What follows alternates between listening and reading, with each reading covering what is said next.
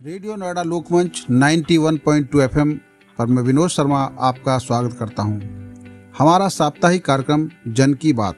इस बार हम बात कर रहे हैं नई शिक्षा नीति पर और उत्तर प्रदेश में उच्च शिक्षा में नई शिक्षा नीति के लिए अभी तक क्या कसरत की गई है, इस बारे में बात करने के लिए हमारे साथ स्टूडियो में जुड़ रहे हैं उच्च शिक्षा समिति की जो प्रदेश स्तरीय समिति बनाई गई है, उसके सदस्य हैं डॉक्टर दिनेश शर्मा जी, जो गौतम बुद्ध नगर जिले में बादलपुर में पीजी कॉलेज में प्रोफेसर हैं।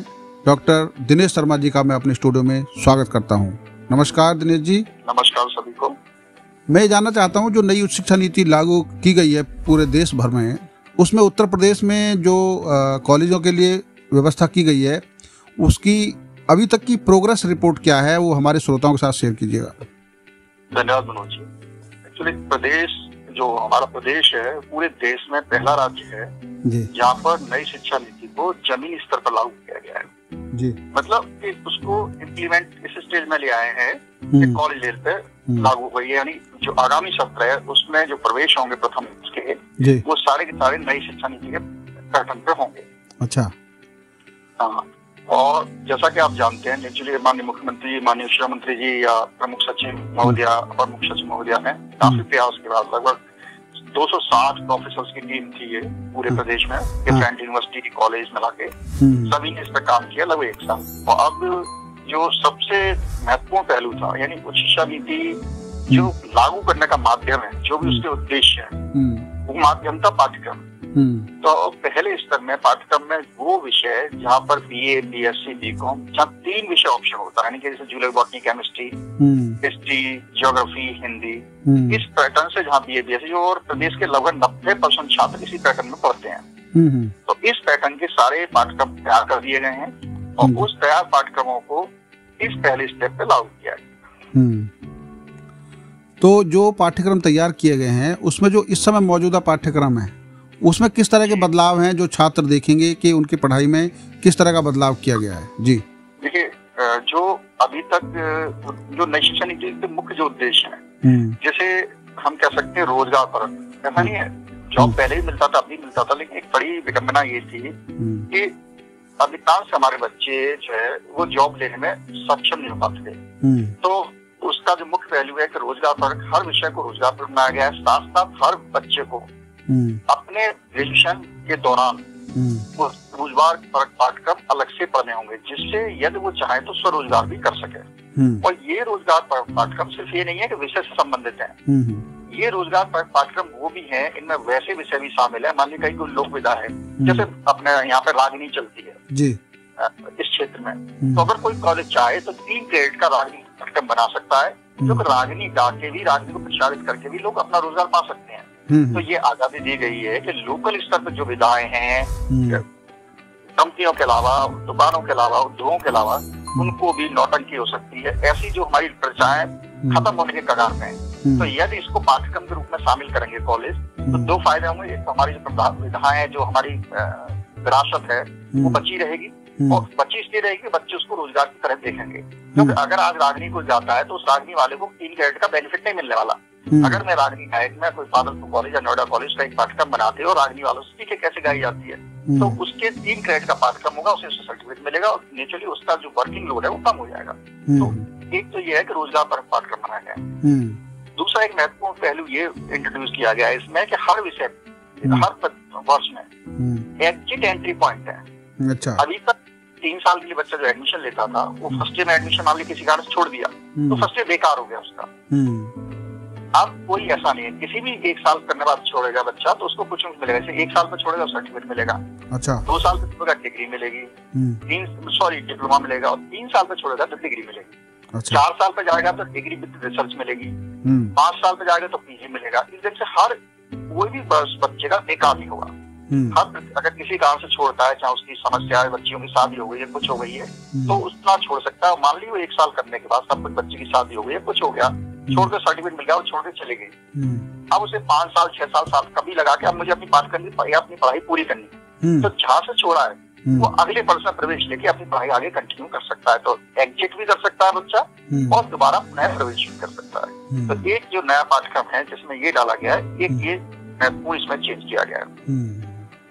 अच्छा, एक बड़ी महत्वपूर्ण जानकारी ये भी है कि जितने लोग आज, क्या इस तरह का कोई आंकड़ा हमारे पास है कि अभी 12वीं पास करने के बाद कितने बच्चे कॉलेज लेवल तक पहुंच पाते हैं, और अब इस नई व्यवस्था से शायद जो इस बीच में अधूरी पढ़ाई छोड़ने वाले हैं उनकी संख्या कम होगी? हाँ, इसका जो दूसरा पार्ट कहा वो तो मैं कह सकता हूँ, जो आपने जवाब दे दिया कि अभी तक जो ड्रॉप आउट कहते थे, जिसे हम जो ड्रॉप आउट होता था, एडमिशन लिया छोड़ गया, लेकिन अब ड्रॉप आउट नहीं होगा हमारा। नेचुरली एक साल तो बच्चा पढ़ ही रहा है, तो वो ड्रॉप आउट नहीं है, एक पर्टिकुलर सर्टिफिकेट लेके जा रहा है। तो जो ड्रॉप आउट वाला रेशियो होता है, बच्चे जो पढ़ाई छोड़ते थे उसमें काफी हद तक गिरावट आ जाएगी, न के बराबर रहेगा। यानी कोई बच्चा किसी कारण से 1 साल से पहले ही छोड़ देता है, 1 साल का नहीं देता है, तो दिक्कत आ सकती है, वरना उसे ड्रॉप आउट वाला खत्म हो जाएगा। ये एग्जैक्ट आंकड़ा कि कितना हमारा इंटर पास आउट होता है वो मेरे पास नहीं है, लेकिन ड्रॉप आउट नो डाउट न के बराबर रहेगा।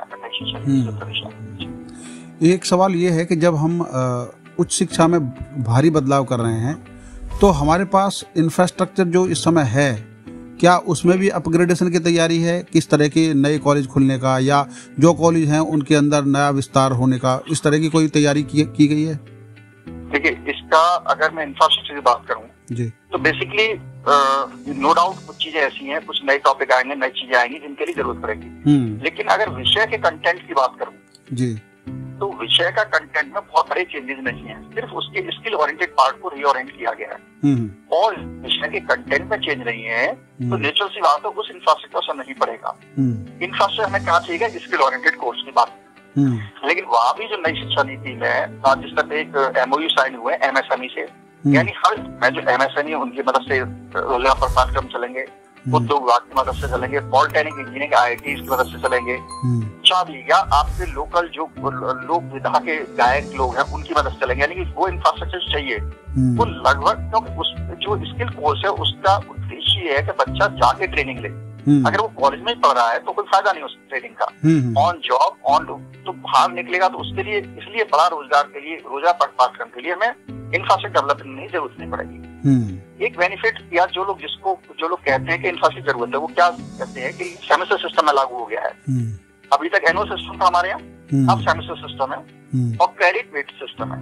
दोनों सिस्टम से क्रेडिट का मतलब क्या होता है कि बच्चे को तमाम टॉपिक लेके, सब्जेक्ट लेके 1 साल में 40, 2 साल में 90, 3 साल में 132, आप जैसे रुपए की तुलना कर सकते हैं कि बच्चे ने तमाम विषय पढ़े और 40 रुपए उसने जमा कर लिए अपने खाते में, या 50 रुपए जमा कर लिए। अब उसे सर्टिफिकेट लेना है तो 40 रुपए खर्च करके ले जाएगा।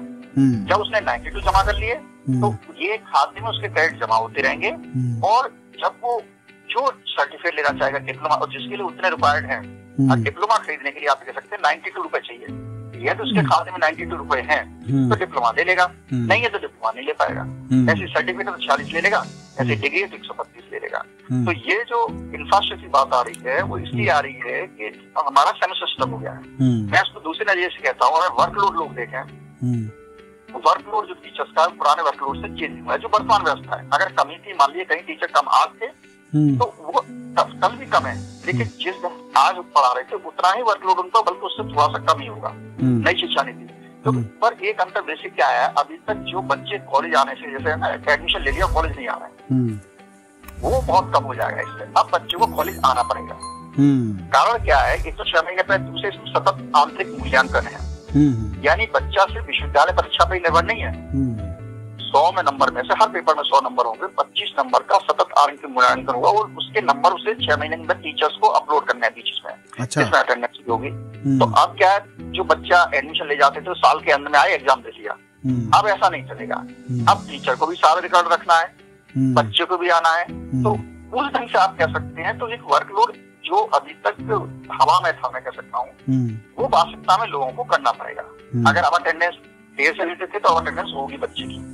अभी तक टेस्ट हो रहा नहीं हो रहा, कोई नहीं पूछ रहा था, टेस्ट होगा, इंटरनल असाइनमेंट मिलेंगे उसको, घूमने जाएगा बच्चा। ये सारे काम जो अभी तक नहीं होते तो बच्चों को करने पड़ेंगे। बच्चा जब कॉलेज में आएगा तो नेचुरली उसकी क्वालिटी बढ़ेगी, और कॉलेज में आने पर जो लोग कहते थे वर्कलोड, हाँ, अब जो बच्चा आ रहे हैं कॉलेज में तो नेचुरली आपको कैटर करना है। अभी तक बहुत जगह ये होता था कि अटेंडेंस शॉर्ट होती थी, ज्यादा ध्यान नहीं दिया जाता, कुछ बड़े कॉलेजों को छोड़ देता। अच्छा, एक चीज और पूछ रहा हूँ, प्राइवेट सेक्टर में प्लेसमेंट की गारंटी होती है कहीं, जो हाई क्लास के प्राइवेट सेक्टर के कॉलेज हैं, और कुछ जगह ऐसा होता है कि धीरे धीरे कंपनियां आती हैं, तो क्या इस शिक्षा को डायरेक्ट ऐसा भी होगा कि रोजगार से कनेक्ट किया जाएगा? और अमूमन क्या होता था कि पहले जैसे किसी ने ITI की तो कंपनियों में प्रावधान होता था कि जो ITI करेंगे या पॉलिटेक्निक से आएंगे उनको इसमें कंपनियों को इतने % रखना ही रखना है। तो क्या ऐसी व्यवस्था की जा रही है ताकि रोजगार से कनेक्ट हो जाए एजुकेशन डायरेक्ट? देखिए, इसमें जो रोजगार पर पाठ कर रहे हैं उनमें एक व्यवस्था की गई है कि MOU के थ्रू चला है। हाँ। अब उदाहरण के लिए मान लीजिए कोई एक हरदोई का एरिया है, मैं हरदोई पोस्ट कर चुका हूँ, वहाँ शुगर इंडस्ट्री बहुत आसपास है। अब शुगर इंडस्ट्री में अनट्रेन्ड लेबर मिलती है उनको, अनट्रेन्ड लोग होते हैं, वो नहीं जानते कि पत्ती को कैसे पहचाने, इससे कौन सा क्या होगा, कैसे होगा। अगर वही कॉलेज उस शुगर मालिक से, शुगर मिल से एक MOU साइन करते हैं और वो उनके बच्चों को पढ़ाते हैं उनके अकॉर्डिंग सिलेबस बना के, क्योंकि सिलेबस कंपनी से मिलकर बना सकते हैं आप। और अब क्या होगा, एक तो ऑन जॉब ट्रेनिंग और दूसरे अब प्लेसमेंट वही कंपनी उन बच्चों को प्लेसमेंट देंगी। तो इसमें जिन कंपनियों से जो कॉलेज थोड़ा अच्छा काम करेंगे, जो आसपास की इंडस्ट्री उनसे टाइप करेंगे, इंडस्ट्री को अपनी पसंद के बच्चे मिलेंगे तो नेचुरली उन्हें प्लेसमेंट मिलेगा, वही इंडस्ट्री उनका प्लेसमेंट कराएंगे। तो इसमें इंडस्ट्री की मदद से मिलके वो अपने जो कॉलेज है अपने छोटे छोटे पाठ्यक्रम तैयार कर सकते हैं और जिसकी फायदा ये होगा कि बच्चों को रोजगार उन कंपनियां, उन इंडस्ट्रिया में मिल सकेगा। तो प्लेसमेंट का चांस और कैंपस प्लेसमेंट होंगे वो चांस काफी बढ़ जाएगा।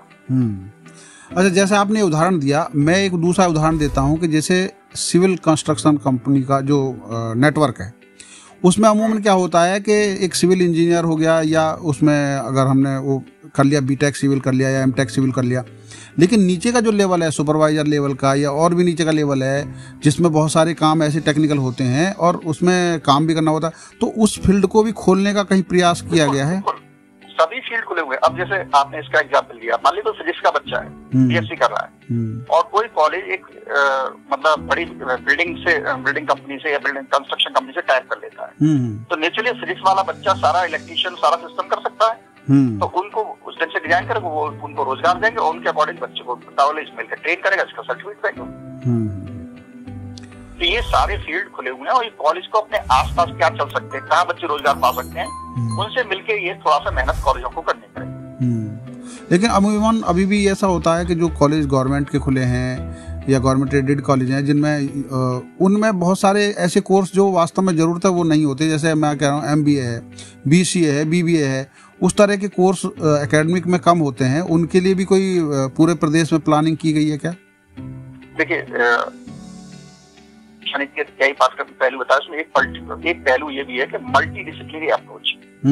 ये जो फैकल्टीज की बाउंड्री है जैसे साइंस, आर्ट्स, कॉमर्स, मैनेजमेंट, ये बाउंड्री भविष्य के साथ खत्म हो जाएगी। ये बात अब बच्चे की चॉइस पे रहेगा ये, बच्चे को अपने हिसाब से तैयार करना है, उसके उस सिस्टम में जो कोर्सेज जो टॉपिक चल रहा है उसमें कैसे पढ़ना है, कौन कौन। इवन नई शिक्षा नीति कहती है, आज बच्चे ने BSc में BA में एडमिशन लिया फर्स्ट ईयर में, मान ली उसने इकोनॉमिक्स ज्योग्राफी लिया, तो सेकंड ईयर में जाके अब हमारे कॉलेजों में बच्चा विषय चेंज कर सकता है, अभी तक नहीं चेंज कर सकता था, विद टर्म्स एंड कंडीशन। यानी अगर कोई सब्जेक्ट अलाउ करता है कि कोई भी बच्चा, जैसे मान ली साइंस का अधिकतर होता है कि ये बायोलॉजी ले रहा है तो बायोलॉजी पढ़ी होनी चाहिए, लेकिन इतिहास वाले कहते हैं इतिहास पढ़ा नहीं होना चाहिए, तो वो लिया है उसने फर्स्ट ईयर में, सेकंड में जाके इतिहास ले सकता है, थर्ड ईयर में जाके वो कॉमर्स ले सकता है, जहाँ फिर कोई राइट नहीं है। तो बच्चे की चॉइस होगी तो उस ढंग से बच्चे को अपनी डिग्री किस ढंग से डिजाइन करनी है कंपनी के अकॉर्डिंग, वो बच्चे अपने ले सकते हैं। अभी फिलहाल ये व्यवस्था है कि डिग्री किसमें मिलेगी, मान लीजिए खिचड़ी पक गई, किसी ने कुछ सब्जेक्ट ले लिए, किसी ने सेकंड में कुछ ले लिए, तो जिस फैकल्टी में 60% क्रेडिट होंगे उसकी डिग्री मिलेगी उसे। अच्छा अच्छा अच्छा। और यदि ऐसी स्थिति हो जाती है कि 60% उसकी किसी भी फैकल्टी में नहीं बनना है, फॉर एग्जाम्पल, तो एक नया नोमेनक्लेचर UGC ने दिया है जिसका नाम दिया है बैचलर ऑफ लिबरल एजुकेशन। अच्छा। यदि उसके 60% नहीं बनेंगे तो एक नई डिग्री उसे मिलेगी जिसका नाम है बैचलर ऑफ लिबरल एजुकेशन। अच्छा अच्छा अच्छा अच्छा अच्छा। अब एक सबसे अहम सवाल जो आखिरी है वो ये है कि ऐसे बच्चे, जैसे मान लिया किसी ने आज 12वीं 10 साल पहले की, उसके बाद वो पढ़ा नहीं और अब उसको लगा कि नई शिक्षा नीति में मैं पढ़ सकता हूँ, तो ऐसे कौन से बच्चों को हम इस नई शिक्षा नीति में दाखिला ले सकते हैं जो इस क्राइटेरिया में आएगा? नहीं, बच्चों देखिए, नई शिक्षा नीति किसी को नहीं रोकती है। हाँ। हर बच्चा जो एलिजिबिलिटी रखता है वो एडमिशन के लिए आ सकता है। नेचुरली वो तो कॉलेज की मेरिट पे डिपेंड करेगा। अगर कहीं सीटें हैं उसके लिए एडमिशन के सारे रास्ते खुल गए। अब वो तो हर कॉलेज की मेरिट अलग बनती है, depend on the requirement demand of the college. तो मेरिट के अकॉर्डिंग अगर वो आ रहा है, सीट खाली है, तो बच्चा हर किसी भी कॉलेज में एडमिशन ले सकता है, चाहे उसने इंटर कभी भी किया हो। लाइफ लॉन्ग लर्निंग की भी बात करती है, सीखने का मौका मिलना चाहिए। पहले कोई ऐसी लिमिटेशन थी कि अगर आपने मान लिया 15 साल पहले हाई स्कूल किया या इंटर किया है, उस इंटर के बाद आप दाखिला नहीं ले सकते, ऐसी कोई लिमिटेशन तो थी? हाँ, कुछ यूनिवर्सिटीज में थी, कुछ में कुछ मतलब अलग डिपेंडेंट थे। जैसे कुछ यूनिवर्सिटी कहती है प्रैक्टिकल सब्जेक्ट को नहीं देंगे हम, नॉन प्रैक्टिकल सब्जेक्ट को दे देंगे। सारी यूनिवर्सिटी अपनी गाइडलाइन बनाई थी, पर एक लिमिटेशन थी, जो लिमिटेशन यहाँ नहीं है। बस एक जरूर रहेगा बच्चे का, जो यूजीसी कहती है कि जैसे उसने आज एडमिशन लिया, उसने मान लिया 2 ही पेपर दिए सपोज, बाकी नहीं दे पाया, 2 पेपर के मान लीजिए 14 क्रेडिट हो गए थे, तो उसके खाते में 14 रुपए जमा होंगे, 14 क्रेडिट जमा हो गए, कई उसे 40, वो 14 रुपए उसके 7 साल तक ही जमा रहेंगे। उसे 7 साल के अंदर उतने रुपए खर्च करने पड़ेंगे, ये जरूर सर, वरना वो लैप्स हो जाएंगे, जो यूजीसी की गाइडलाइन कहती है। तो जो आज, हाँ, बस इतना जरूर है इसमें शर्त रहेगी, जो उसने जमा किए हैं बीच में कभी भी जमा कर लो। एक और चीज है, अभी क्या था कि कॉलेज में एडमिशन लिया, मान ली नोएडा कॉलेज में एडमिशन लिया, अब उसे यहीं पढ़ना है, नई शिक्षा नीति एक और लिबर्टी दी है, यदि कॉलेज चाहे, एक तो एक आ गया कि 20% बच्चे ऑनलाइन कोर्सेज करेंगे, यानी वो ऑनलाइन कोर्स जो अवेलेबल हैं उनको कर सकते हैं, उनके क्रेडिट कॉलेज को जोड़ने होंगे, हर कॉलेज को, हर यूनिवर्सिटी को जोड़ेंगे। दूसरा क्या है कि अभी तो चूंकि कोरोना का माहौल है, थोड़ा सा कॉलेज गायब नहीं कर पा रहे, लेकिन इस आदेशों में प्रदेश में व्यवस्था कर दी गई है कि मान लीजिए इसमें 2 सब्जेक्ट से नोएडा कॉलेज में कोई एक ऐसा सब्जेक्ट नोएडा कॉलेज में नहीं चलता, बच्चे को लग रहा है मुझे पढ़ना ही है, तो आसपास के कॉलेज में यदि उसके टाइम टेबल क्लास नहीं कर रहा है, तो बच्चा वो तीसरा सब्जेक्ट किसी और कॉलेज से भी कर सकता है। अच्छा। पेपर भी कहीं हो सकता है, ये सारी व्यवस्था इसमें दे दी गई है। तो नई पहली बार शुरू हो रही है, तो कॉलेज नेचुरली नहीं अभी ओपन करेंगे, लेकिन बच्चे के पास लिबर्टी है कि उतना अच्छा पोर्शन, मान ली कोई ऐसा चीज है वो, या कोई टेक्निकल कोर्स है पढ़ना चाहता, सभी खुल जाएंगे सबके लिए, तो वहाँ चीजें दे सकते हैं, पढ़ के आपको 10 से आए, उतने क्रेडिट इकट्ठे करने हैं उसको, उतने क्रेडिट इकट्ठे करें, उसे वो चीजें मिल जाएंगी।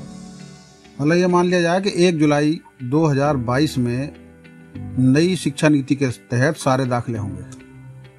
21 में, इसी साल हो रहे हैं। अच्छा, इसी साल हो रहे हैं जी, इसी साल 1 जुलाई 21 से 21-22 साल हमारा बैच आ रहा है, इसमें इसी पैटर्न से पढ़ाई होगी। आपने नई शिक्षा नीति को लेकर जो उच्च कॉलेजों में जो प्रावधान किए गए हैं उनको लेकर गंभीरता से महत्वपूर्ण जानकारी दी, इसके लिए डॉक्टर दिनेश जी आपका बहुत बहुत धन्यवाद। धन्यवाद। अभी आप सुन रहे थे उत्तर प्रदेश की नई शिक्षा नीति को लागू करने के लिए जो उच्च शिक्षा समिति बनाई गई है, उसके सदस्य डॉक्टर दिनेश शर्मा जी को, जो गौतम बुद्ध नगर में बादलपुर डिग्री कॉलेज में प्रोफेसर हैं, और उन्होंने विस्तार से जानकारी दी कि इसी साल से हमारी वह नीति लागू हुई है जिसमें हम नई शिक्षा नीति के तहत पढ़ाई जारी रखेंगे, और वह आसान होगा। अगर आपने पहले साल में पढ़ाई की है और आप छोड़ जाएंगे तो पहले साल में आपको सर्टिफिकेट मिलेगा, दूसरे साल में अगर कंप्लीट करते हैं तो डिप्लोमा मिलेगा, और तीसरे साल में करेंगे तो डिग्री मिलेगी, और उसके बाद फिर चौथा और पांचवें साल में पीजी की डिग्री मिलेगी। तो इस तरीके से नई शिक्षा नीति में यह सब प्रावधान किए गए हैं। जन की बात कार्यक्रम में आज इतना ही। आप सुनते रहिए रेडियो नोएडा लोकमंच 91.2 FM, आपकी अपनी आवाज़। धन्यवाद।